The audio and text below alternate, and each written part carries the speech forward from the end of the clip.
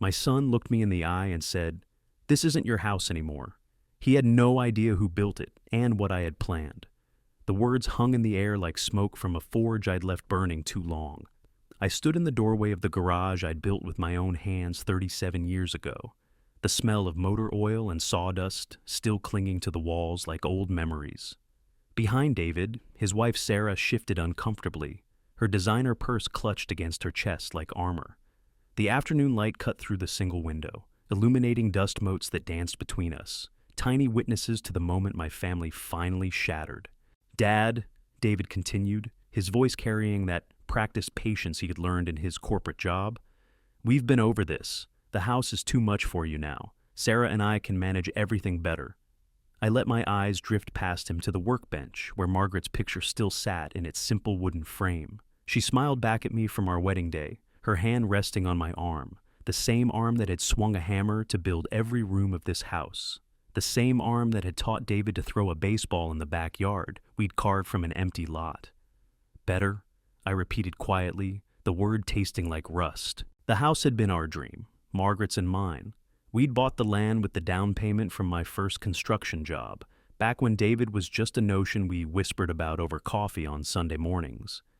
I remembered the weight of the mortgage papers, heavier than any beam I'd ever lifted, but we'd signed them anyway, betting everything on the future we could build together.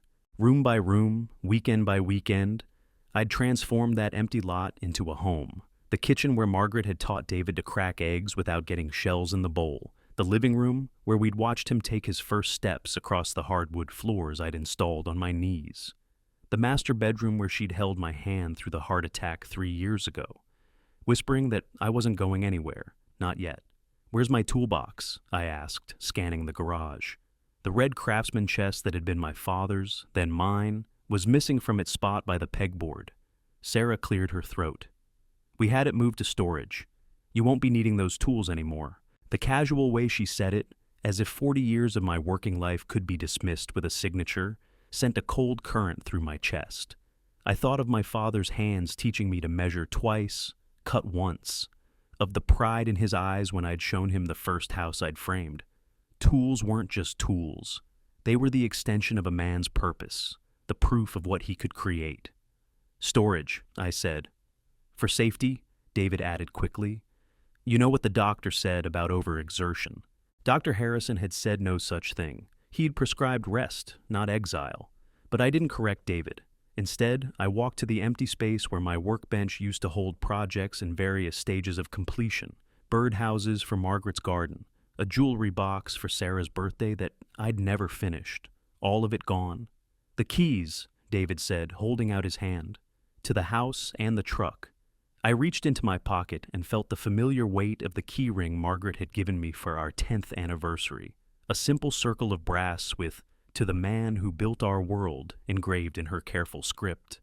My fingers closed around it, and for a moment I was back in that kitchen, Margaret laughing as she tried to hide the gift behind her back. "The truck too?" "It's not safe for you to drive anymore," Sarah said, her voice softening with what she probably thought was kindness. "We've arranged transportation for your appointments." Transportation, as if I were cargo to be delivered.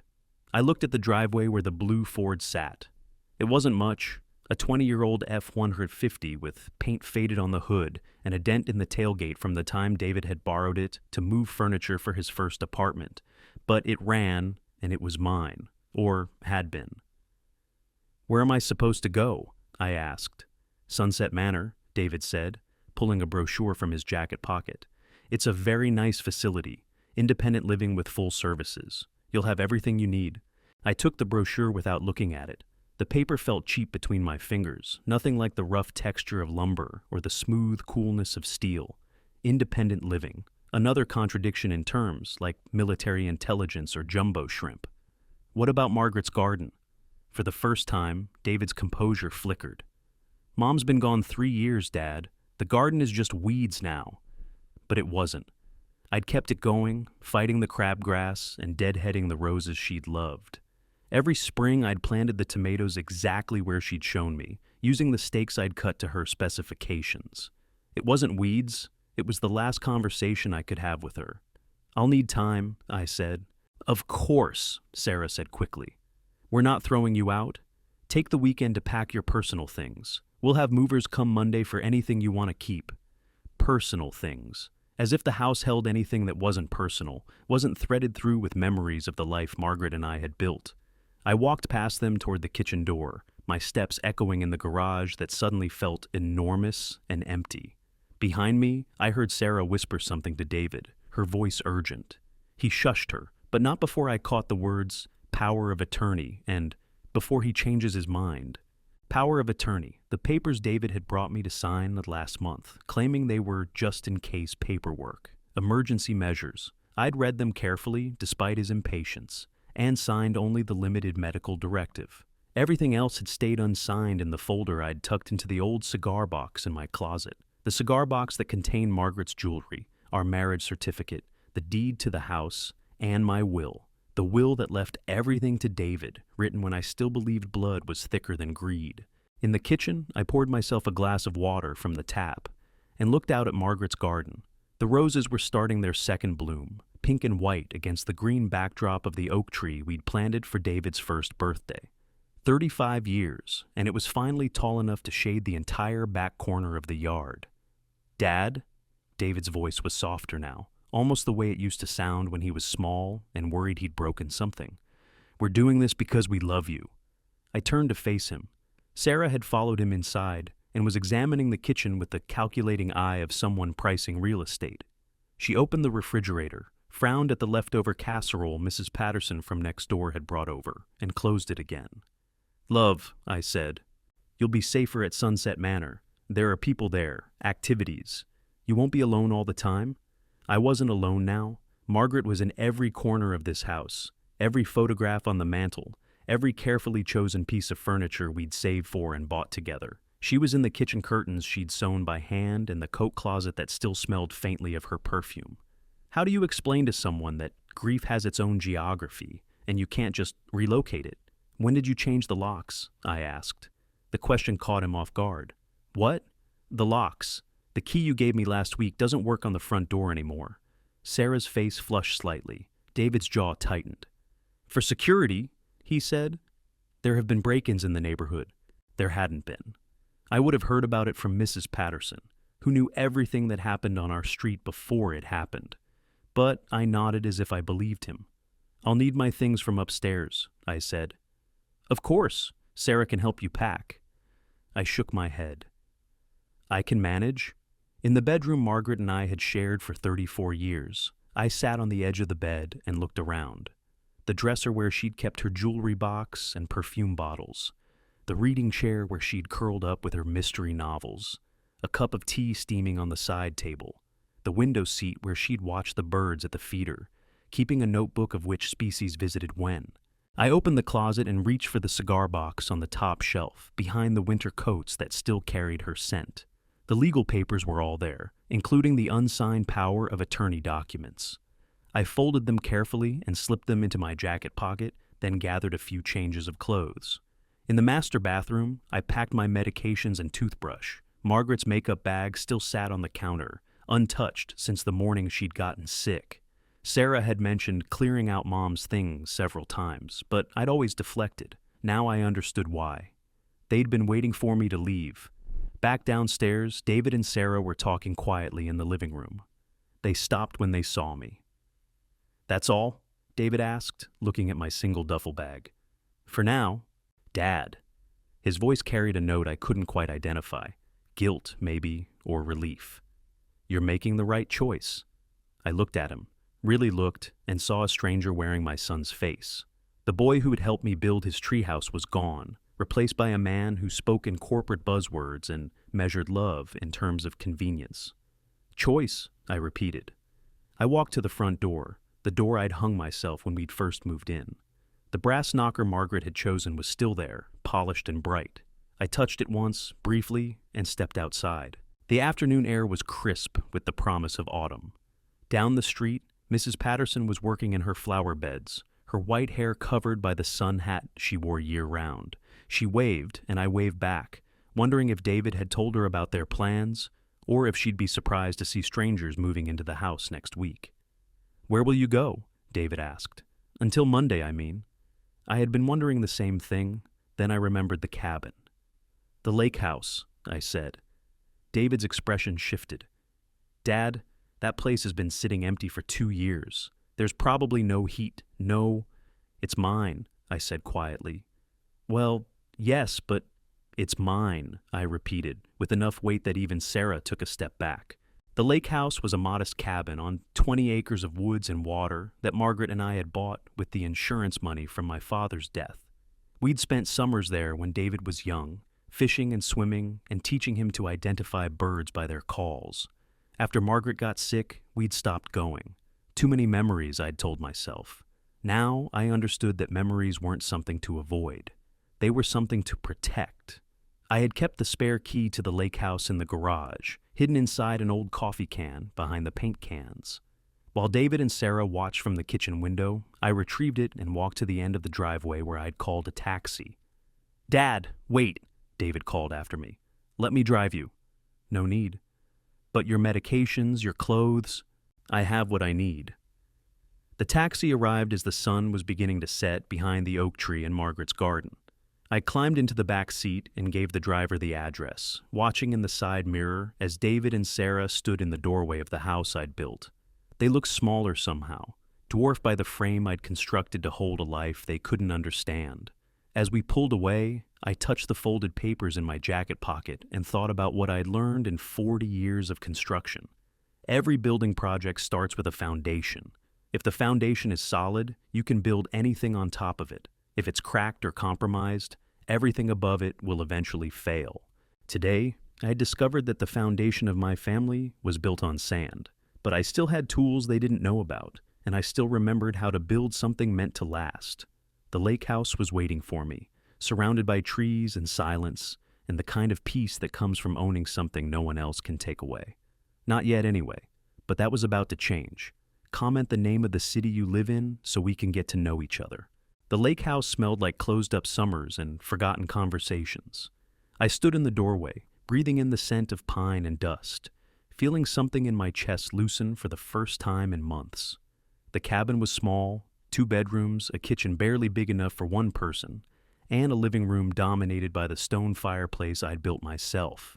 But it was mine, bought and paid for with money David knew nothing about. I dropped my duffel bag on the plaid sofa Margaret had chosen and walked to the kitchen window. The lake stretched out like a mirror, reflecting the last light of day. A great blue heron stood motionless in the shallows, waiting for fish with the patience I wished I'd learned earlier. The refrigerator was empty, except for a bottle of wine Margaret and I had been saving for our 40th anniversary. I opened it and poured a glass, toasting the empty room. "To new beginnings," I said aloud, my voice echoing in the silence. My phone buzzed, a text from David. "Hope you're settled in okay. Call if you need anything." I deleted it without responding. The next morning, I drove the old fishing boat to town and bought groceries, a prepaid phone, and a newspaper. The cashier at the general store was Mrs. Chen, who remembered me from the summers when David was young. "Haven't seen you in a while, Mr. Miller," she said, counting out my change. "How's that boy of yours?" "Growing up," I said. Back at the cabin, I sat on the dock with my coffee and the classified ads. Sunset Manor had a half-page advertisement featuring smiling seniors playing cards and tending a community garden. "Independent living with full support," the headline promised. The monthly fee was more than my Social Security check. My phone rang. "David." "Dad, I've been thinking about what we discussed yesterday." "You discussed." I listened. A pause. "Look, I know this is hard. Change always is. But Sarah and I want you to come to dinner tonight. We can talk about the details, make sure you're comfortable with everything. I'm comfortable here. At the lake house? Dad, that place hasn't been winterized. What happens when it gets cold?" What happened was that I'd learned to split wood and bank a fire, skills David had never bothered to acquire. "I'll manage." "Please, just dinner. Sarah's making that pot roast you like." Margaret's pot roast recipe. Sarah had asked for it 2 Christmases ago, claiming she wanted to carry on family traditions. I wondered if she understood that stealing someone's recipes was different from inheriting them. "What time?" I asked. 6:30, and Dad? "Don't worry about dressing up or anything. It's just family." Just family. The words followed me as I showered and put on my good slacks and the button-down shirt Margaret had given me for my birthday. If it was just family, why did it feel like I was dressing for my own funeral? I took the prepaid phone with me, leaving my regular cell at the cabin. A small precaution, but one that felt necessary. The house, my house, looked different in the evening light. Someone had already removed Margaret's wind chimes from the front porch and replaced them with a modern light fixture that cast harsh shadows on the steps I'd poured and finished myself. The mailbox had been repainted, my faded blue replaced with Sarah's preferred sage green.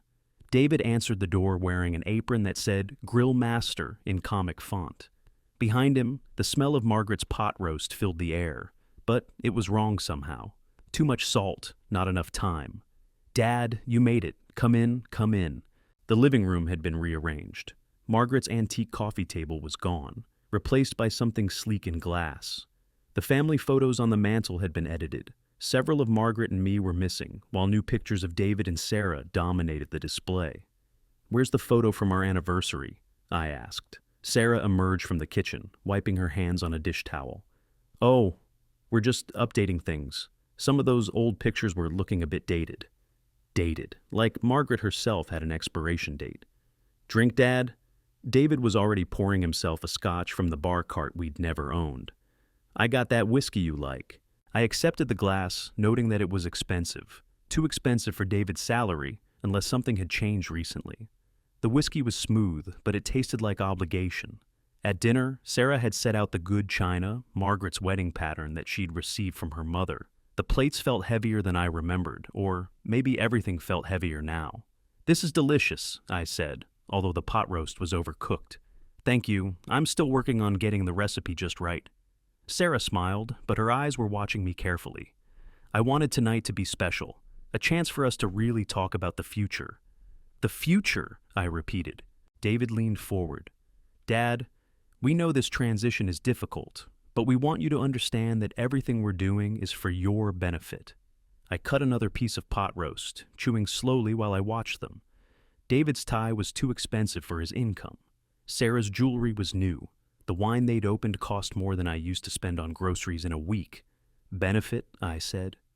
"The house is worth quite a bit now," Sarah continued. "Property values in the neighborhood have really jumped. It seems silly to let all that equity just sit there when it could be working for you." "Working for me, how?" David and Sarah exchanged a glance. It was quick, but I caught it, the look of conspirators checking their synchronized story. "Well," David said, "by selling the house, we could invest the proceeds. Generate income to cover your expenses at Sunset Manor, with plenty left over for emergencies, travel, whatever you want." "And who would manage this investment?" "We would," Sarah said quickly. "I have experience with financial planning. I used to work for an investment firm." I'd never heard about Sarah working for an investment firm. According to David, she'd been a teacher before they married, then stayed home to pursue her creative interests. When had she acquired financial expertise? "What kind of investments?" I asked. They spent 20 minutes explaining a complicated arrangement involving trusts and managed portfolios and tax advantages. It sounded impressive, the way most confidence games do. But underneath the financial jargon, the message was simple. Sign over your assets and trust us to take care of you. "It sounds complicated," I said. "That's why you need professionals handling it," David said. "Dad, I know you've always been independent, but this is too important to leave to chance." "Too important for me to manage, you mean?" "That's not what I said. It's what you meant." The conversation died. Sarah began clearing plates with the efficiency of someone eager to move past an uncomfortable topic. David refilled his whiskey glass and mine, though I'd barely touched the first one. "There's something else," he said finally. "The power of attorney papers you didn't sign last month. We really need to get those taken care of." I set down my fork. "Why?" "For emergencies. What if something happens to you? What if you can't make decisions for yourself?" "What if I can?" "Dad, be realistic. You're 71 years old. You had a heart attack 3 years ago. You're living alone in a house that's too big for you, driving a truck that probably shouldn't pass inspection." Each word was carefully chosen, calculated to make me feel diminished. Too old, too sick, too incompetent to manage my own life. I thought of the heron I'd watched that morning, standing perfectly still in the lake, waiting for exactly the right moment to strike.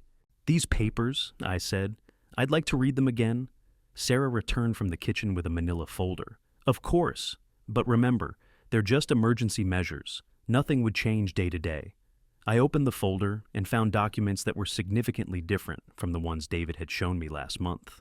These weren't limited to medical decisions. They granted broad authority over all my assets, with clauses that seemed to survive even if I regained capacity. The language was dense, full of legal terminology I didn't fully understand, but the intent was clear. "This gives you control over everything," I said. "Only if necessary," David said. "Only if doctors determine you can't make decisions for yourself." "And who chooses these doctors?" Another exchanged glance. "Well, we would help you find qualified professionals." I closed the folder. "I need time to think about this." "Of course," Sarah said quickly. "But Dad, time is a factor.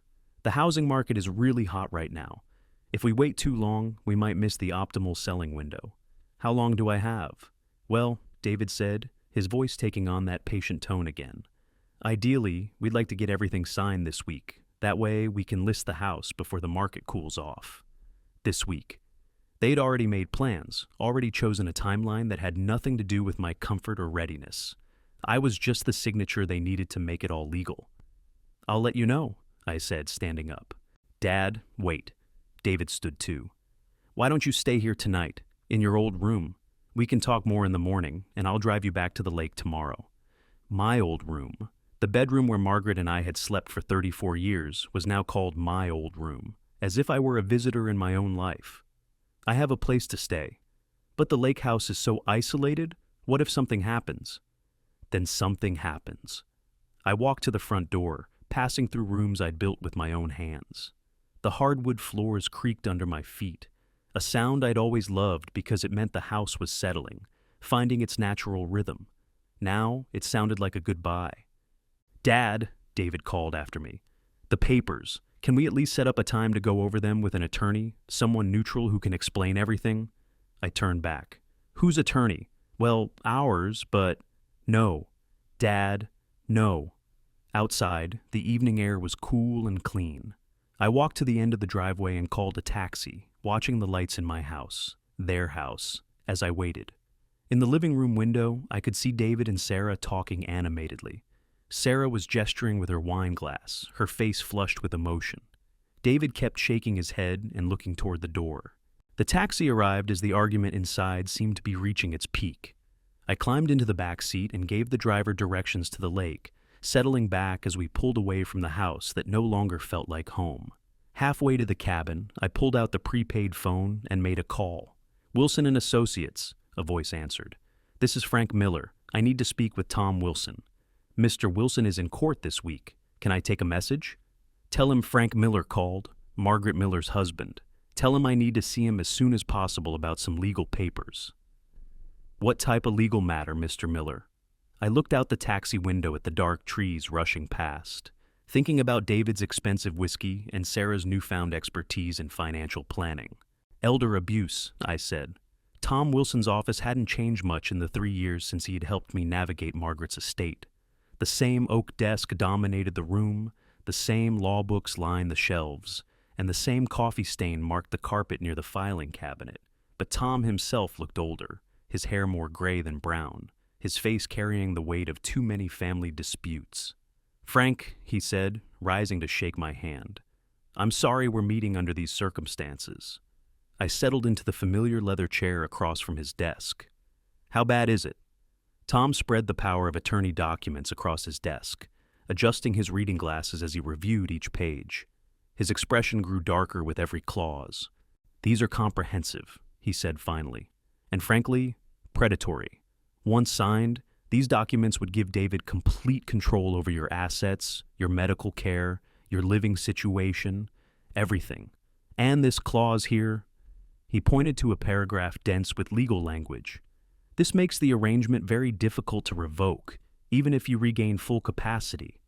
Can they force me to sign? Not legally, but they can make your life difficult if you don't."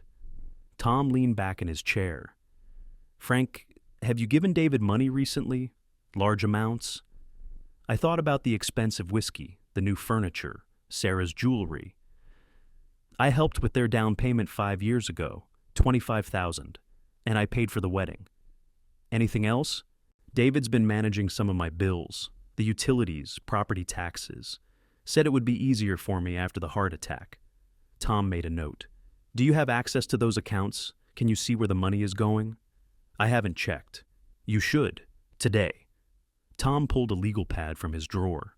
Frank, I need to ask some difficult questions. Has David ever suggested you're not mentally competent? Has he made comments about your memory, your judgment?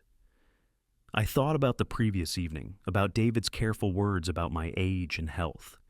He says I'm not thinking clearly, that I'm too old to manage on my own. Has he had you examined by any doctors? Specifically, any cognitive assessments? No, just my regular doctor for the heart condition. Tom wrote for several minutes, his pen scratching across the page. When he finished, he looked up with the expression of a man delivering bad news. Frank, what I'm about to tell you might be hard to hear, but I think your son is positioning himself to have you declared incompetent.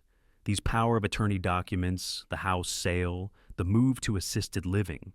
It's a pattern I've seen before. Adult children who view their parents' assets as an early inheritance. The words hit me like cold water. You think David is stealing from me? I think David is preparing to steal from you. Legally. Tom pulled another form from his file cabinet. We need to act quickly. First, we revoke any existing powers of attorney. Second, we set up protections for your assets. Third, we document everything. Every conversation, every pressure tactic, every suspicious financial transaction. I spent the next 2 hours in Tom's office, signing papers that felt like building a wall around my life. We established a revocable trust for the lake house, moved my bank accounts to a different institution, and created a detailed inventory of my assets.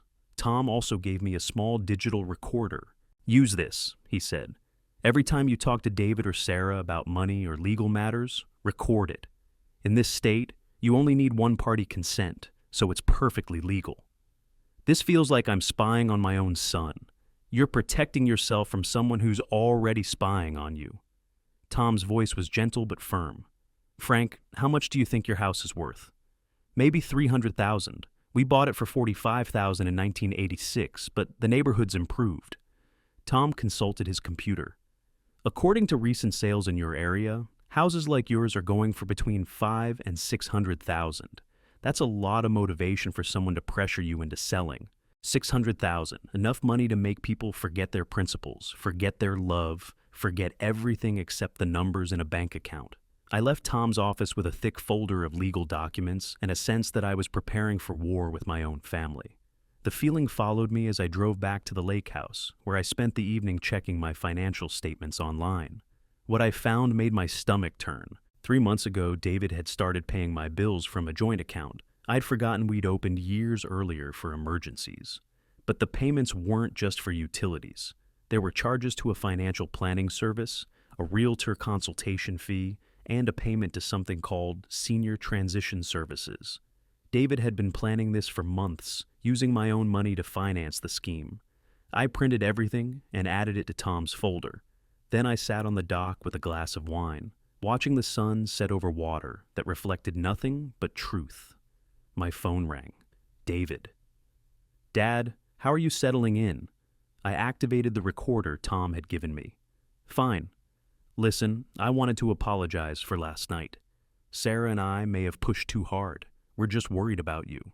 Worried about what? Your health, your safety? Living alone isn't good for someone your age. Someone my age. You know what I mean. Dad, I have some good news. I've been talking to the people at Sunset Manor, and they have an opening, a really nice unit with a view of their garden. But we need to move quickly. These places fill up fast. I watched a fish jump in the middle of the lake, the ripples spreading outward in perfect circles. How quickly? Well, ideally this weekend.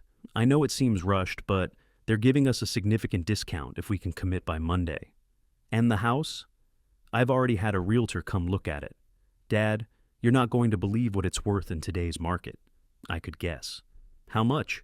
How? She thinks we can get $550, maybe $600 if we price it right. Can you imagine? All that equity just sitting there.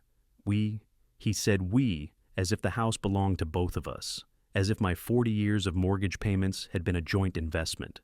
That's a lot of money, I said. Exactly.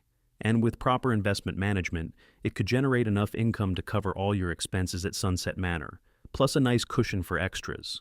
Travel, hobbies, whatever you want. Whatever I want. Dad, are you okay? You sound strange. I'm thinking. About what? About how my son had become a stranger. About how love could curdle into greed so gradually you didn't notice until it was too late.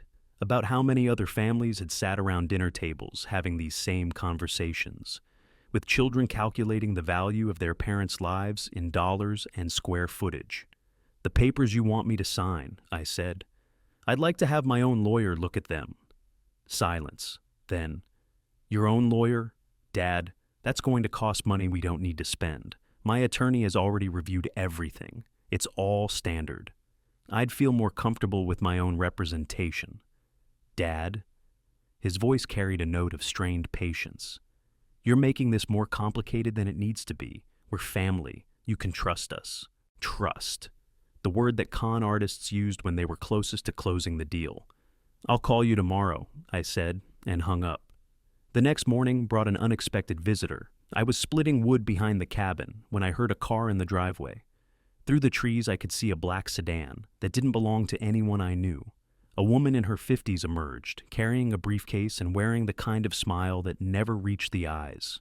She approached with the confident stride of someone accustomed to getting what she wanted. Mr. Miller, I'm Janet Cooper from Senior Transition Services. Your son asked me to stop by.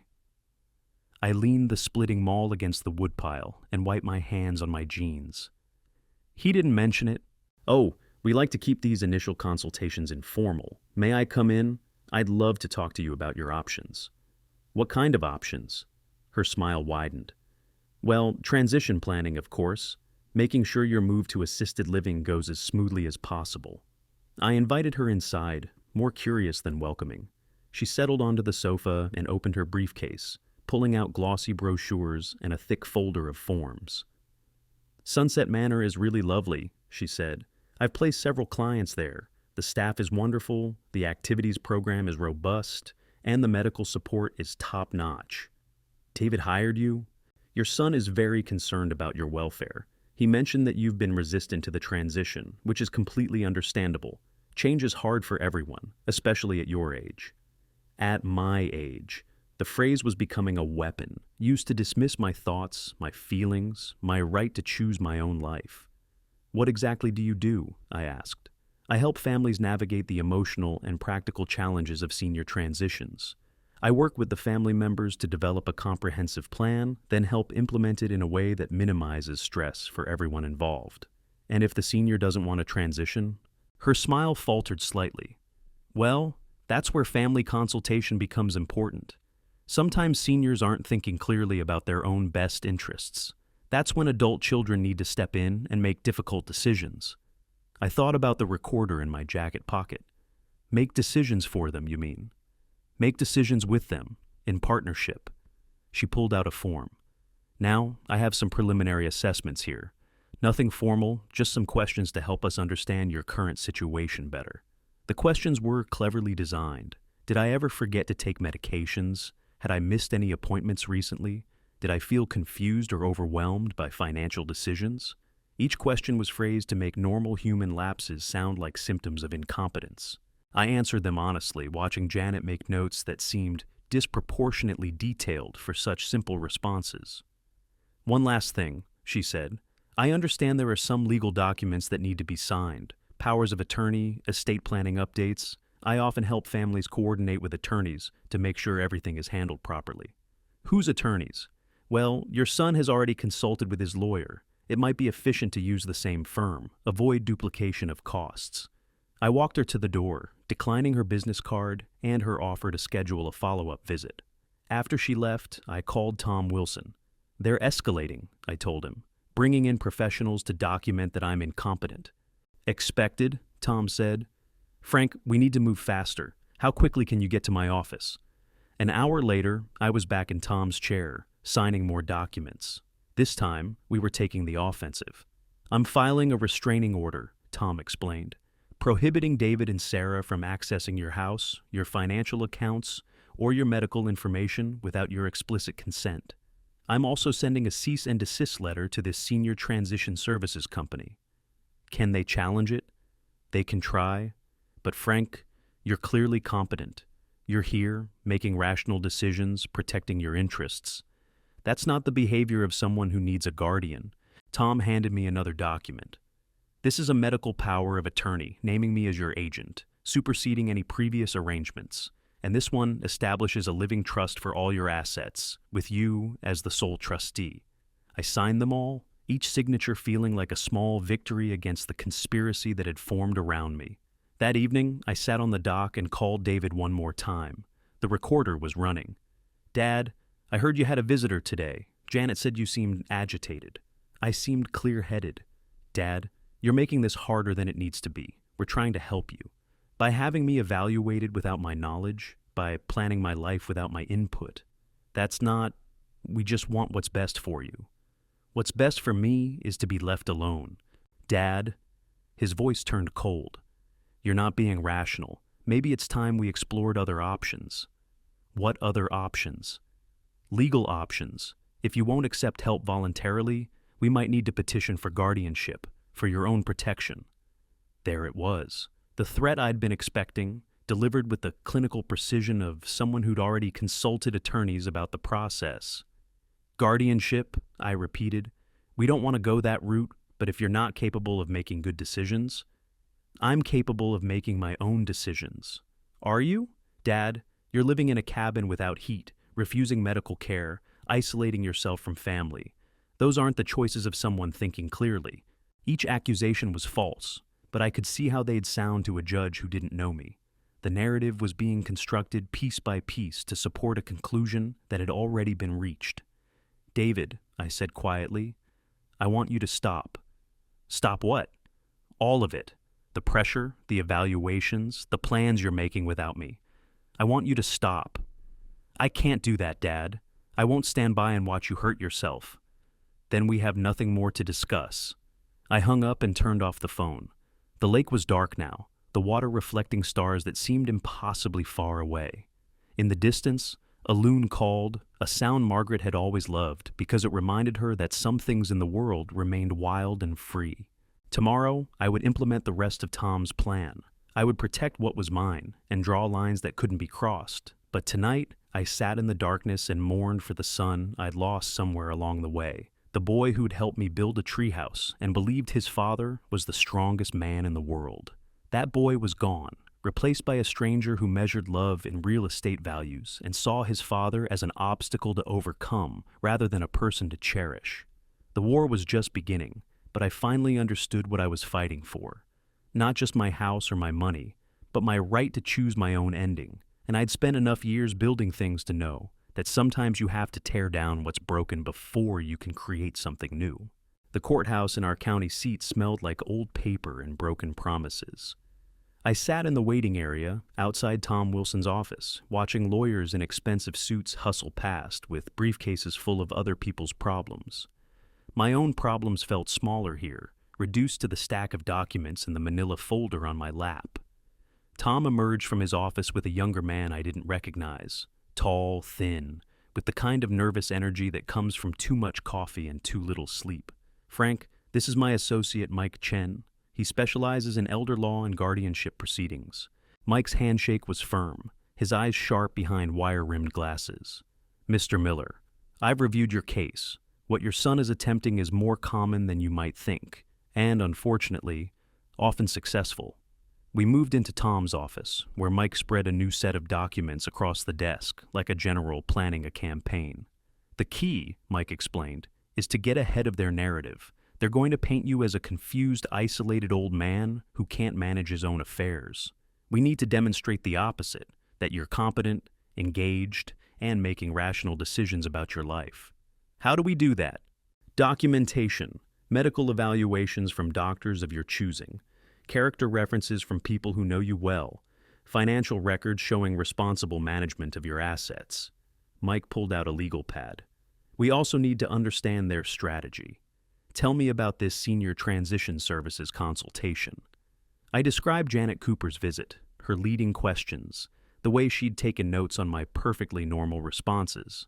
Mike nodded grimly. Classic setup. They're building a file that will support a claim of diminished capacity. The questions are designed to pathologize normal aging.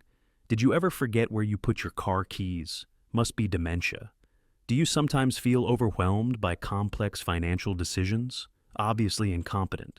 Can they use that in court? If we let them, but we're not going to let them. Mike's smile was sharp. Tom tells me you've been recording your conversations with David. That's smart. Keep doing it. In fact, I want you to record everything. Every phone call, every visit, every pressure tactic. Tom leaned forward. Mike has an idea about the house situation. Tell him, Mike. Your son wants to force a sale to fund your care, right?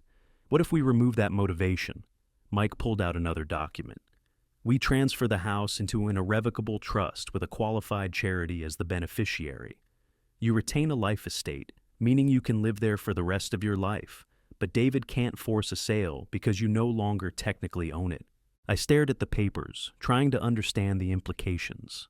I give away my house? You give away the future ownership while keeping the present use. Think of it as insurance against exploitation.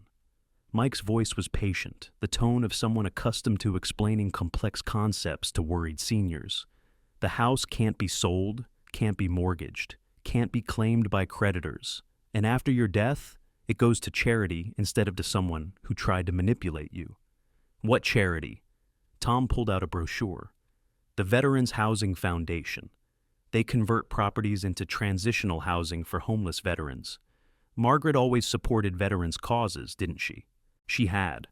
Every Veterans Day, she'd insisted we attend the cemetery service, and she'd volunteered at the VA hospital for years before her illness. The idea of the house helping veterans felt right in a way that selling it to fund David's lifestyle never could. What about my other assets? We restructure everything, Mike said. Bank accounts with transfer-on-death beneficiaries.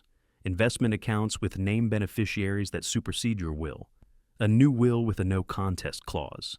Anyone who challenges it forfeits their inheritance entirely. I signed papers for the next hour, each signature feeling like another brick in the wall I was building around my life. When we finished, Mike handed me a business card with the number of a geriatric psychiatrist. Dr. Sarah Blackwood. She specializes in capacity evaluations. I want you to see her this week. Get a formal assessment that documents your competence. If David tries to claim you're mentally unfit, we'll have professional testimony to the contrary. Outside the courthouse, I sat in my truck for a long time, looking at the folder of papers that had fundamentally altered my legal existence. In the space of 2 hours, I'd become a different person on paper. Still Frank Miller, but a Frank Miller who couldn't be easily manipulated or exploited. My phone buzzed. A text from David. Dad, we need to talk. Sarah found some things at the house that concern us. I drove to the house instead of calling, curious about what they'd found. The front door was unlocked, and I could hear voices in the kitchen as I entered. David and Sarah were sitting at Margaret's table with a collection of items spread between them. My checkbook, Margaret's jewelry box, and several pill bottles. Dad? David stood when he saw me. We're glad you're here. We've been going through some things and we're worried. Worried about what? Sarah gestured to the pill bottles. These prescriptions. Some of them are expired and you're not taking them correctly.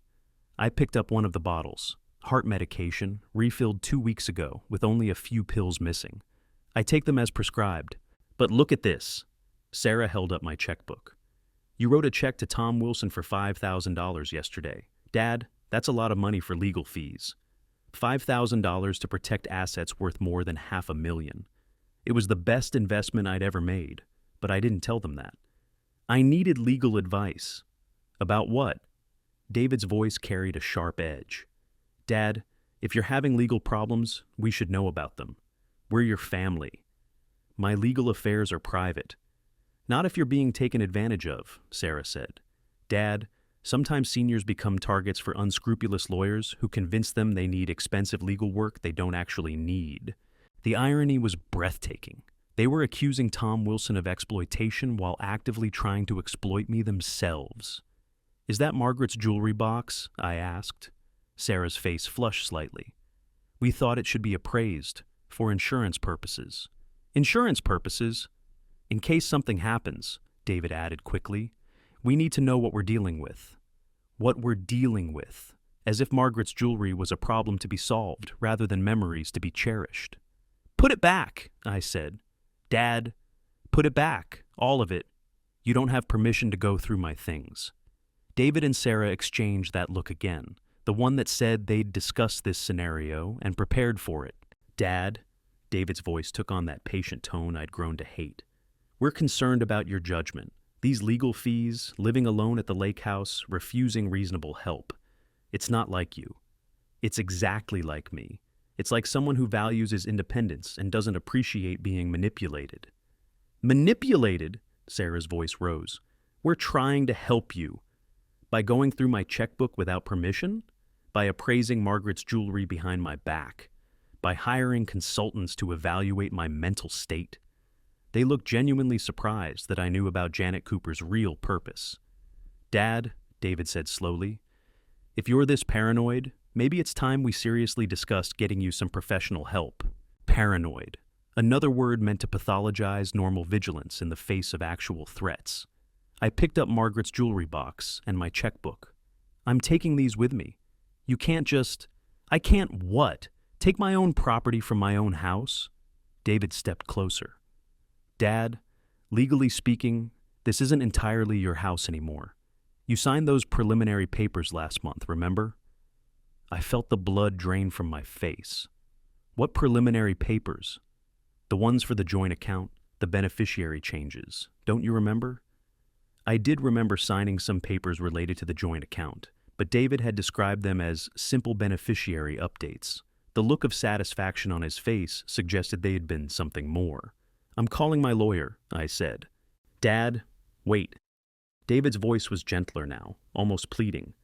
Let's sit down and talk about this. Really talk. Without lawyers or consultants or anyone else. Just family. Just family, I repeated. Yes, you, me, and Sarah. We can work this out. I looked around the kitchen where Margaret and I had shared thousands of meals, where we'd planned our future and mourned our losses. The room felt different now, contaminated by the presence of people who saw it as an asset rather than a home. I'll be back for the rest of my things, I said. Dad, don't do this. Don't let lawyers come between us. The lawyers aren't between us, David. You are. I left them sitting at Margaret's table, surrounded by the remnants of a life they were dismantling piece by piece. In the truck, I called Tom Wilson. They've been in the house, I told him, going through my things, my checkbook, Margaret's jewelry, and David mentioned some preliminary papers I signed last month. What kind of papers? He said they were beneficiary updates for the joint account. Silence. Then, Frank, get to my office, now, and bring everything you took from the house. An hour later, Tom was reviewing copies of the papers I'd signed the previous month. His expression grew darker with each page. These aren't beneficiary updates, he said finally. They're ownership transfers. David is now joint owner of your checking account with rights of survivorship. And this document here, it grants him power of attorney for financial decisions in case of emergency. He said they were just updates. He lied. Tom's voice was flat. Frank, he's been systematically gaining control of your assets, the joint account, these financial powers. He's been planning this for months. I felt sick. What does this mean? It means we need to move faster than we planned. Mike is filing emergency motions this afternoon. We're going to reverse these transfers, freeze the accounts, and get a restraining order in place before they can do any more damage. Can we do that? If we can prove fraud, yes. And David describing these as simple beneficiary updates when they were actually ownership transfers, that's fraud. Mike arrived within the hour, briefcase in hand, and the look of a man preparing for battle. I've drafted everything, he said, spreading papers across Tom's desk. Emergency motion to void the fraudulent transfers, temporary restraining order, prohibiting further access to your assets, and a request for expedited hearing on the guardianship issue. Guardianship issue? They're going to file for guardianship, Mike said matter-of-factly. Probably within days. It's their only remaining option now that we've blocked their other avenues. But we're going to be ready for them. I signed more papers, each one feeling like a move in a chess game I was only beginning to understand. When we finished, Mike gave me a new cell phone. Prepaid, untraceable, he explained. Use this for all communications with us. And Frank, don't go back to the house alone. If they're willing to commit fraud, they might be willing to escalate further. That evening, I sat on the dock at the lake house, watching the sun set over water that reflected my new reality.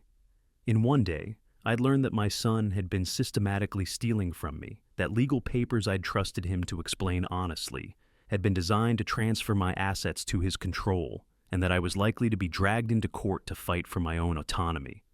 The phone rang. The old phone, not the new one Mike had given me. "Dad, it's me." David's voice was strained. "We need to talk, face to face." "About what?" "About those lawyers you hired. Dad, they're poisoning your mind against your own family. Can't you see that? I can see that you've been lying to me about legal documents. I was trying to protect you. Those papers ensure that if something happens to you, your affairs are in order. By giving you control over my money. By giving someone you trust the ability to help you when you need it. Someone you trust." The phrase would have been funny if it weren't so tragic. "David," I said quietly, I trusted you with everything, and you used that trust to steal from me. I didn't steal anything. I've been managing your affairs, keeping everything organized, without my knowledge or consent. Dad, you're not thinking clearly. These lawyers are confusing you, making you paranoid. Family doesn't steal from family. Then what would you call what you've done?" Silence. When he spoke again, his voice was cold. "I'd call it caring for a father who's no longer capable of caring for himself. And if you won't accept help voluntarily, we'll find other ways to make sure you get it." The line went dead. I sat in the darkness, listening to the sound of water lapping against the dock, and realized that the war was no longer coming. It had already begun. The emergency hearing was scheduled for Friday morning. Mike Chen had warned me that David's attorney would argue I was paranoid, delusional, and incapable of managing my own affairs. They would point to my isolation at the lake house, my sudden distrust of family, and my excessive spending on legal fees as evidence of diminished capacity. "They're going to make you sound crazy," Mike said during our preparation session. "But crazy people don't hire lawyers to protect themselves from fraud. Crazy people don't methodically document evidence. Crazy people don't plan ahead." That's what gave me the idea. Wednesday evening, I drove to the big box store in the county seat and bought a smart home security system. Nothing fancy, just cameras, motion sensors, and door alarms that could be monitored remotely through a smartphone app. The kind of thing any reasonable homeowner might install for security. I spent Thursday morning at the main house, setting up the system while David and Sarah were at work. The locks hadn't been changed since my last visit, though I noticed they had added a deadbolt I didn't recognize. My old key still worked on the main lock. I placed cameras in the living room, kitchen, and my old bedroom. Motion sensors went on the doors and windows. The beauty of modern technology was that everything connected wirelessly to a central hub I installed in the basement, hidden behind the water heater, where only someone familiar with the house would think to look. The system would send alerts to my phone whenever someone entered the house. More importantly, it would record everything: conversations, actions, evidence of people going through my belongings or discussing plans to manipulate me. I was testing the living room camera when I heard a car in the driveway. David's Honda, earlier than expected. I quickly finished the installation and slipped out the back door, circling around to my truck, parked on the next street. My phone buzzed with the first alert as I drove away. Motion detected in living room. That evening, I reviewed the footage. David and Sarah had spent 2 hours going through the house, room by room. They had found the new deadbolt I'd noticed. Apparently, Sarah had installed it without telling David, because they had a heated argument about changing things without discussion. But more interesting was their conversation in the kitchen. "He's been here," David said, examining something on the counter. "Look, he moved the mail." "How do you know it was him?" Sarah asked.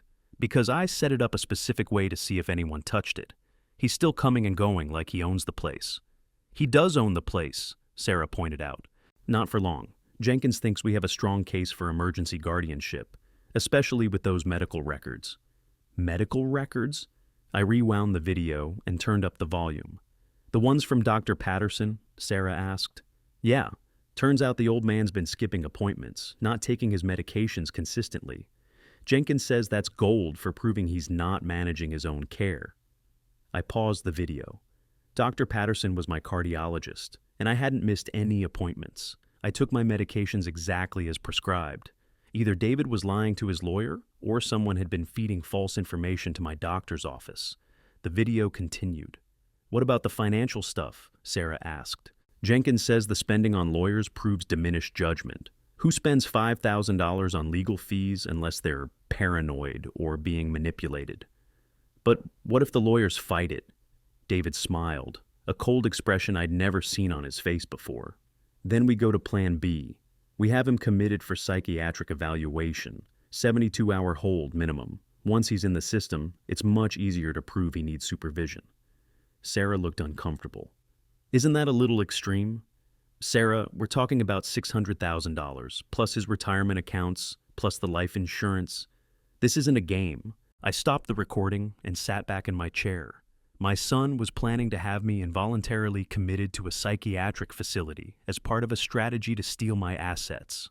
The boy I'd taught to ride a bicycle, who'd helped me build birdhouses for his mother's garden, was discussing my imprisonment like a business transaction, but I had it on video. Friday morning, I arrived at the courthouse early. Mike and Tom were already there, reviewing last-minute notes. Mike looked up when he saw me. "Frank, you look calm. That's good. Remember, let us do the talking. Answer questions directly, don't elaborate, and don't let them provoke you into anger." "I won't get angry," I said. The hearing was held in a small conference room, rather than a formal courtroom. David sat at one table with his attorney, Richard Jenkins, a man in his 50s with silver hair and the confident bearing of someone who'd never lost a case he cared about. Sarah sat behind them, looking nervous. Judge Patricia Morrison was a woman in her 60s with sharp eyes and no patience for nonsense. She'd been on the bench for 20 years, according to Mike, and had seen every variety of family dispute imaginable. "This is a hearing on the petition for emergency guardianship filed by David Miller regarding his father, Frank Miller," Judge Morrison began. "Mr. Jenkins, you may present your case." Jenkins stood and immediately launched into a narrative that painted me as a confused, paranoid old man who'd fallen under the influence of unscrupulous lawyers. He cited my sudden move to the lake house, my irrational distrust of family, and my excessive spending on legal fees as evidence of diminished capacity. "Your Honor," Jenkins said, "Mr. Miller's son is here today not because he wants control of his father's assets, but because he's genuinely concerned about his father's welfare.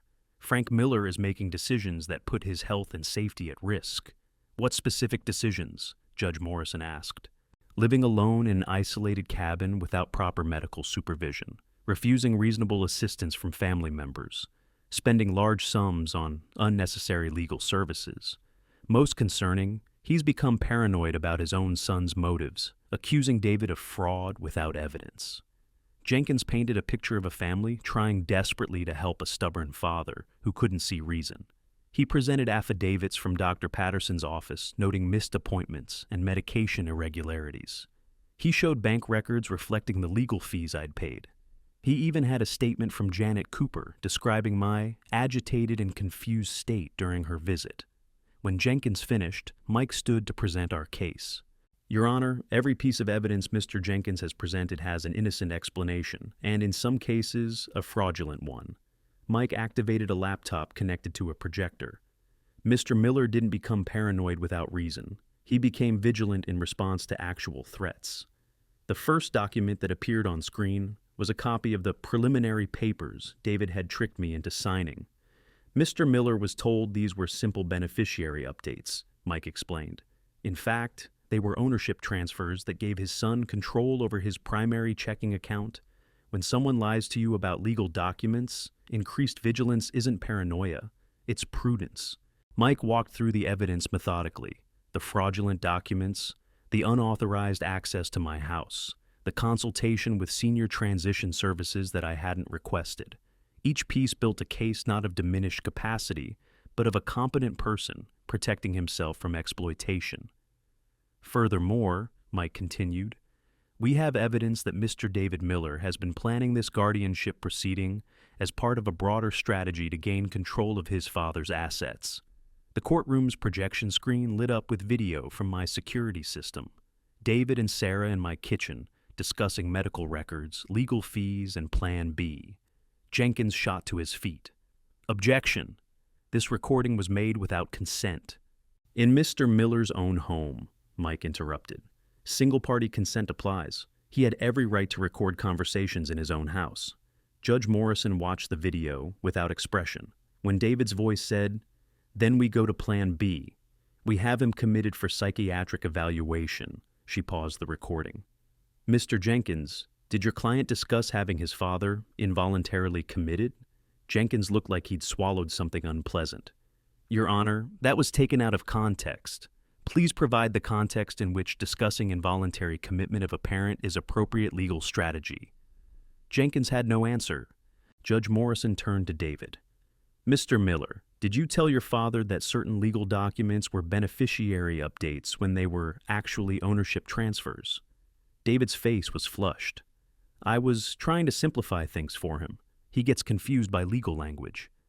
"Did you or did you not lie to him about the nature of the documents?" I may have oversimplified. That's not what I asked." The silence stretched until David finally answered. "Yes, Your Honor. I didn't explain them fully." Judge Morrison made notes for several minutes. When she looked up, her expression was stern. "I'm denying the petition for emergency guardianship," she said. "Mr. Frank Miller has demonstrated not diminished capacity, but reasonable caution in the face of documented attempts at financial exploitation. The evidence suggests that Mr. David Miller has engaged in fraudulent misrepresentation of legal documents and has discussed strategies for involuntary commitment as a means of gaining control over his father's assets." She turned to David. "Mr. Miller, you are hereby ordered to have no contact with your father's financial institutions, medical providers, or legal representatives without his explicit written consent. Any violation of this order will result in contempt charges." Jenkins tried to salvage something from the wreckage. "Your Honor, we'd like to request a full competency evaluation." Request denied. Mr. Miller has just spent 2 hours competently defending his own interests against a coordinated attempt at exploitation. If that's not evidence of capacity, I don't know what is. After the hearing, I stood on the courthouse steps with Mike and Tom, feeling like a man who'd just escaped a burning building. "It's over?" I asked. "This phase is over," Mike said. "But Frank, they're not going to give up. $600,000 is a lot of motivation. They'll probably try a different approach." "What kind of approach?" Tom and Mike exchanged glances. "Physical intimidation," Tom said. "Making your life uncomfortable until you agree to their demands. Or they might try to challenge your competency in a different venue. Maybe claim you're a danger to yourself." I thought about the smart home system I'd installed, the cameras now recording everything that happened in the house I'd built. "Let them try," I said. That evening, I sat on the dock at the lake house, watching the sun set over water that reflected nothing but peace. My phone, the new one Mike had given me, showed several missed calls from David, but I didn't listen to the voicemails. Instead, I opened the security app and checked the cameras in the main house. Empty rooms, quiet hallways, the life Margaret and I had built, standing empty like a museum of better times. But I had protected it. I had protected myself. And for the first time in months, I felt like the man who'd built that house with his own hands. Someone who could solve problems, overcome obstacles, and stand his ground when it mattered. The war wasn't over, but I'd won the first battle, and sometimes that's all you need to remember who you really are. My phone buzzed with a security alert. Motion detected in the living room. I smiled and opened the app to see what David was up to now. Whatever it was, I'd be recording every second of it. The security footage from that night was more revealing than I'd expected. David hadn't come alone. He'd brought 2 men I didn't recognize, both wearing the kind of casual clothes that suggested they weren't lawyers or social workers. They moved through my house with the systematic efficiency of people conducting a search. I watched from the lake house as they went through my desk, my closet, even the basement where I'd hidden the security hub. They found it within an hour, one of the men holding up the small black box to show David. "Smart old bastard," I heard David say as they unplugged the system, "but not smart enough." The cameras went dark one by one, but not before I'd captured everything I needed. 3 men conducting an unauthorized search of my property, removing security equipment, discussing plans to make the old man see reason. Saturday morning, I drove to Tom Wilson's office for an emergency meeting. He reviewed the footage with the grim expression of a man who'd seen this pattern before. "They're escalating," he said. "Breaking into your house, disabling your security system, that's criminal behavior. We need to involve law enforcement. Will the police take this seriously?" Elder abuse investigations are getting more attention these days, especially when there's clear evidence like this. Tom pulled out his phone. "I'm calling Detective Martinez. She specializes in financial crimes against seniors." Detective Martinez was a woman in her 40s, with the weary eyes of someone who'd seen too much human greed. She watched the security footage in Tom's office, taking notes as David and his associates moved through my house. "Who are the other 2 men?" she asked. "I don't know. I've never seen them before." "We'll find out. Mr. Miller, I need to ask. Do you feel physically safe? Are you concerned they might try to force you to sign documents or accompany them somewhere?" The question chilled me. I thought about David's comment regarding Plan B and involuntary commitment. "I think they're planning something," I said. "I don't know what, but the way they're acting, it feels like they're running out of patience." Detective Martinez exchanged glances with Tom. "Mr. Miller, I'm going to recommend protective custody, just temporarily, until we can sort this out." "You mean jail?" "I mean a safe house, somewhere they can't find you while we investigate." I shook my head. "I'm not hiding from my own son. This is my life, my home. I'm not going to let them scare me into running." "Then we need to make sure you're protected," Martinez said. "I'm going to station an officer near your lake house. Plainclothes, discreet surveillance. And I want you to carry this." She handed me a small device that looked like a car key fob. "Panic button. You press this and patrol cars will be at your location within minutes." That afternoon, I drove back to the main house. The front door was unlocked, the deadbolt Sarah had installed, now removed entirely. Inside, I could see evidence of the previous night's search. Drawers slightly askew, books not quite returned to their proper places on the shelves. The faint outline of dust where my security hub had been. In the kitchen, I found a note on Margaret's table. David's handwriting, but not the careful script I remembered from his childhood. This was angry, hurried, the pen pressed hard enough to tear the paper in places. "Dad, we tried to do this the easy way. You're forcing us to take measures we don't want to take. Last chance to be reasonable. D." I photographed the note and sent it to Detective Martinez, then walked through the house Margaret and I had built together. In our bedroom, someone had gone through her jewelry box again. Her wedding ring was missing, the simple gold band she'd worn for 47 years, the one I'd placed on her finger in the small church where we'd married. The theft of that ring was somehow worse than everything else.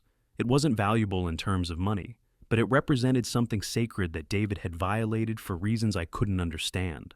I sat on the edge of the bed where Margaret had died, holding the empty jewelry box, and felt something harden in my chest. My phone rang. "David. Dad, we need to talk." "About what? About you breaking into my house? About stealing your mother's wedding ring?" Silence. Then, "I don't know what you're talking about." "The security cameras, David. I have everything on video." More silence. When he spoke again, his voice was different, colder, more calculating. "Dad, those cameras were illegal. You can't record people without their consent." "In my own house? Try again." "It's not your house anymore, remember? Those papers you signed, those fraudulent papers that no court will recognize, the ones you lied about." I could hear him breathing hard through the phone.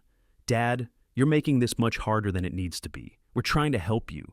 By stealing from me, by planning to have me committed, by making sure you don't hurt yourself. Dad, you're not thinking clearly. You're paranoid. You're making accusations. I'm protecting myself from thieves, even when the thieves are family." "Fine." His voice turned ice cold. "You want to do this the hard way? We'll do it the hard way. But don't say we didn't give you a chance." The line went dead. I sat in the empty house, Margaret's wedding ring gone, my son's threat echoing in the silence. Then I made a decision that would change everything. I called Tom Wilson. Tom, I want to donate the house. What? The house. I want to donate it to the Veterans Housing Foundation. Today. Right now. Frank, that's a major decision. Are you sure you want to? I'm sure. They can't steal what I don't own. But you'd be giving up a $600,000 asset. I'd be giving it to people who deserve it more than my son does. 3 hours later, I was back in Tom's office, signing papers that transferred ownership of my house to the Veterans Housing Foundation. The foundation's director, a woman named Patricia Hayes, who'd served 2 tours in Afghanistan, explained how they would convert the property into transitional housing for homeless veterans. Your home will house 6 families, she said, veterans who are getting back on their feet, learning to trust the world again. It's a beautiful gift, Mr. Miller. I kept a life estate, meaning I could live in the house for the rest of my life if I chose. But David couldn't force a sale, couldn't claim ownership, couldn't use the property as leverage to control my decisions. In one afternoon, I'd removed the primary motivation for his scheme. That evening, I returned to the house, now legally owned by the Veterans Housing Foundation, and found David's Honda in the driveway. Through the living room window, I could see him pacing back and forth, phone pressed to his ear, gesturing angrily. I used my key to enter through the front door. David spun around when he heard me, his face flushed with rage. "What did you do?" he demanded. "I made a donation. You gave away my inheritance. I gave away my property. Your inheritance was never guaranteed." David's hands were shaking. "Dad, you can't do this. I need that money. We need that money." "For what?" For... He stopped himself, but I could see the truth in his eyes. Debt, poor investments, financial desperation that had driven him to view his father as a solution rather than a person. "How much do you owe?" I asked quietly. He looked away. "It doesn't matter now, does it? Thanks to you and your lawyers, I'm fucked." The profanity was jarring, not because of the word itself, but because of the venom behind it. This was my son, the boy I'd taught to fish and ride a bicycle and throw a curveball. Now he was looking at me like I was his enemy. "David," I said gently, "it didn't have to be this way." "Didn't it? You think I wanted to do this? You think I enjoyed watching you become paranoid and suspicious? You think I liked having to treat my own father like..." He stopped again. "Like what?" "Like an obstacle." The honesty was brutal, but at least it was honest. I looked at my son, really looked at him, and saw a stranger wearing a familiar face. The boy who'd helped me build his treehouse was gone, replaced by a man who'd calculated the value of his father's life in dollars and square footage.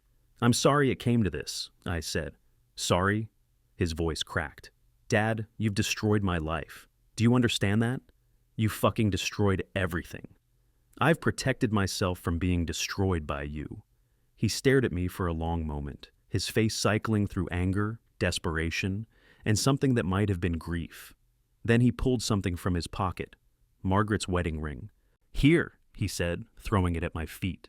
"Take your precious ring. Take your precious house. Take everything. But don't expect me to come to your funeral."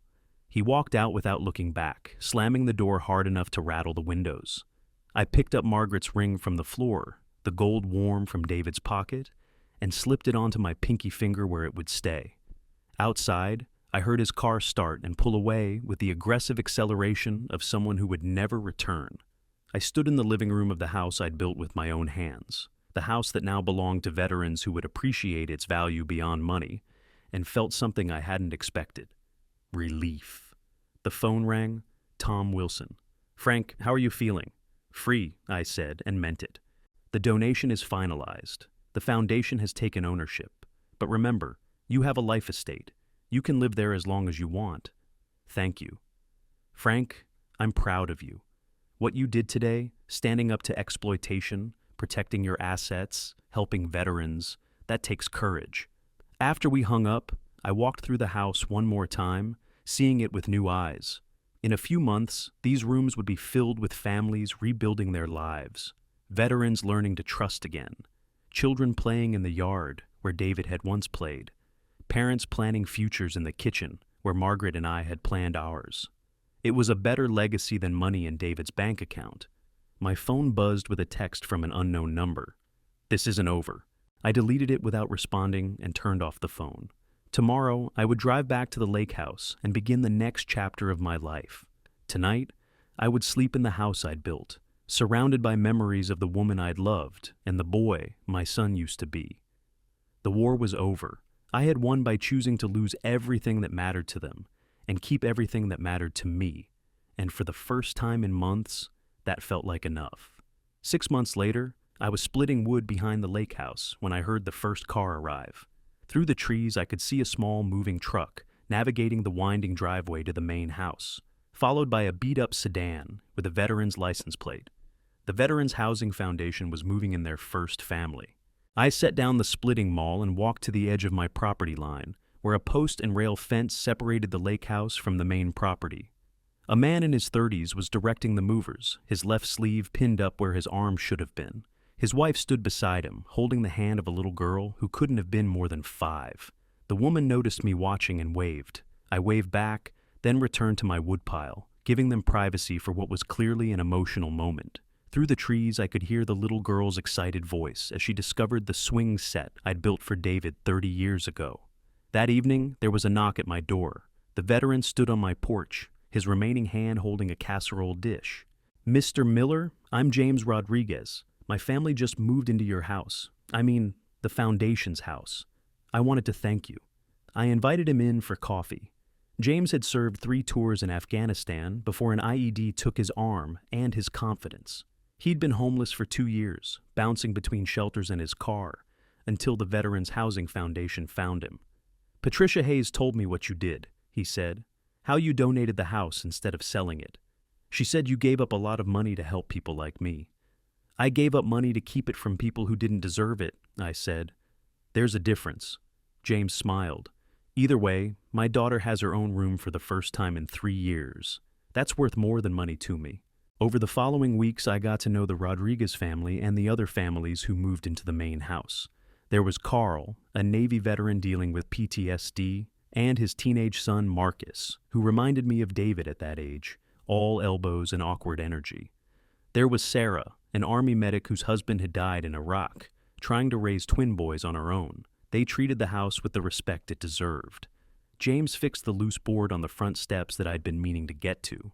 Carl replanted Margaret's garden, asking my advice about which vegetables would grow best in the soil she'd spent decades improving. Sarah's boys played in the yard with the same joy David had once shown, their laughter echoing through the trees. I helped when they asked, advice about the finicky bathroom faucet, instructions for maintaining the wood stove, stories about the house's quirks and hidden features. But mostly I stayed in my own space, finding a strange peace in watching a building I'd constructed with my own hands serve its intended purpose, sheltering people who needed shelter. The legal aftermath had been swift and decisive. Detective Martinez's investigation led to charges against David for financial elder abuse and breaking and entering. His lawyer negotiated a plea deal that included restitution for the money he'd taken from my joint account, community service, and 3 years probation. No jail time, but his name was now in a database that would flag any future attempts to exploit elderly relatives. Sarah had divorced him 6 months after the hearing. She'd kept his name, but taken back her maiden name's spelling, a small act of rebellion that seemed to give her satisfaction. I heard through Tom Wilson that she'd moved to another state and was working as a teacher again. David himself had vanished. His apartment had been abandoned, his phone disconnected, his forwarding address unknown. Part of me worried about him. He was still my son, despite everything. But a larger part felt relief at his absence. Some relationships can't survive certain betrayals, and pretending otherwise only prolongs the pain. I'd change my will, leaving everything to the Veterans Housing Foundation, with a few small bequests to people who would help me through the ordeal. Tom Wilson would receive my tools. He'd mentioned his son was interested in carpentry. Detective Martinez would get Margaret's jewelry to distribute to domestic violence shelters. The lake house would become part of the foundation's permanent housing stock. It felt good to know that everything I'd worked for would continue to serve a purpose after I was gone. On a crisp October evening, almost a year after the confrontation that had started it all, I was sitting on the dock when I heard footsteps on the path behind me. I turned, expecting to see James or one of the other veterans, but instead found myself looking at a young woman in her 20s with David's eyes and Margaret's smile. Grandpa Frank? I hadn't seen Emma since she was 16, David's daughter from his first marriage, the one that had ended in bitter custody battles when she was young. She'd chosen to live with her mother in California, and David had rarely spoken of her in the years since. Emma, I stood slowly, my heart doing something complicated in my chest. What are you doing here? I heard about what happened, with Dad and the house and everything. She gestured toward the main property, where lights glowed warmly in the windows. I had to see for myself. We sat on the dock together, our feet dangling in the cool water. Emma was a social worker now, helping homeless veterans find housing and services.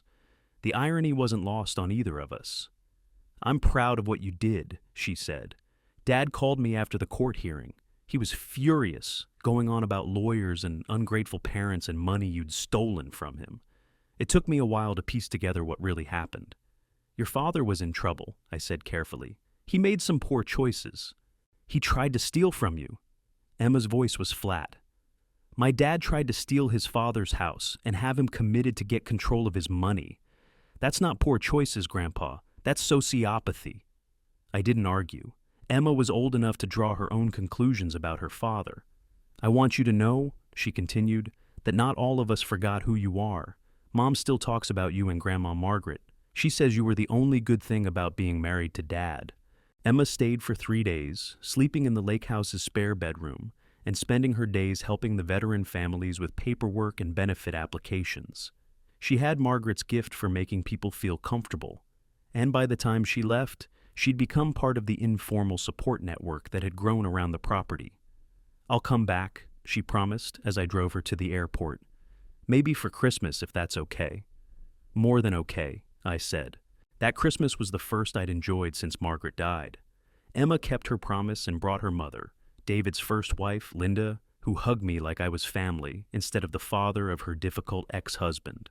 The veteran families invited us for Christmas dinner in the main house, where we gathered around the table Margaret had chosen and gave thanks for second chances and new beginnings. Carl's son, Marcus, had grown 6 inches and developed a passion for woodworking. I'd been teaching him to use the tools Tom Wilson had returned to me, watching him learn the same patience and precision I'd tried to teach David 30 years earlier. "Why do you build things, Mr. Miller?" Marcus asked one afternoon as we worked on a bookshelf for his room. "Because building something that lasts feels good," I said, the same words I'd once given his father. "Because when you make something with your hands, you put a piece of yourself into it. Long after you're gone, that piece remains." Marcus nodded with the seriousness of a 16-year-old learning life lessons. I hoped he would remember better than David had. The seasons turned. Spring brought new families to the main house as others graduated to independent living. Summer brought Emma back for a longer visit, this time with a young man she was clearly serious about. Fall brought the colors Margaret had loved, and winter brought the kind of peace that comes from knowing you've done the right thing, even when it was hard. I never heard from David again. Sometimes I wondered if he was well, if he'd found his way to some kind of redemption or stability. But mostly I didn't think about him at all. I'd learned the difference between loving someone and enabling them, between being a father and being a victim. The lake house suited me. It was the right size for one person, close enough to the main house to feel connected, but far enough away to maintain privacy. I'd installed a small workshop in the garage, where I built furniture for the veteran families and taught carpentry to anyone interested in learning. Some evenings I sat on the dock with Margaret's picture propped against my chair, telling her about the day's events. The families in our house, the children playing in our yard, the good her jewelry was doing at the domestic violence shelter. She would have loved knowing that her wedding ring was helping other women escape dangerous marriages. "We built something that lasted," I told her picture one evening, as the sun set over water that reflected nothing but peace. Not the way we planned, but the way it needed to be. The loons called across the lake, their voices wild and free, and I understood that some endings were actually beginnings, some losses were actually gains, and sometimes the best thing you could do for someone you loved was to stop letting them hurt you. I'd built this life plank by plank, and this time I would keep it. The phone rang inside the house, the landline I'd kept for emergencies and local calls. I didn't hurry to answer it. Whatever it was could wait until I'd finished watching the sunset, paint the sky in shades of gold and crimson. When I finally went inside, the answering machine was blinking. One message. Grandpa Frank, it's Emma. I have some news. Good news. Call me when you get this. I smiled and reached for the phone. After all the endings, there were still beginnings to discover, and I had all the time in the world to discover them. If you like the main character, type like.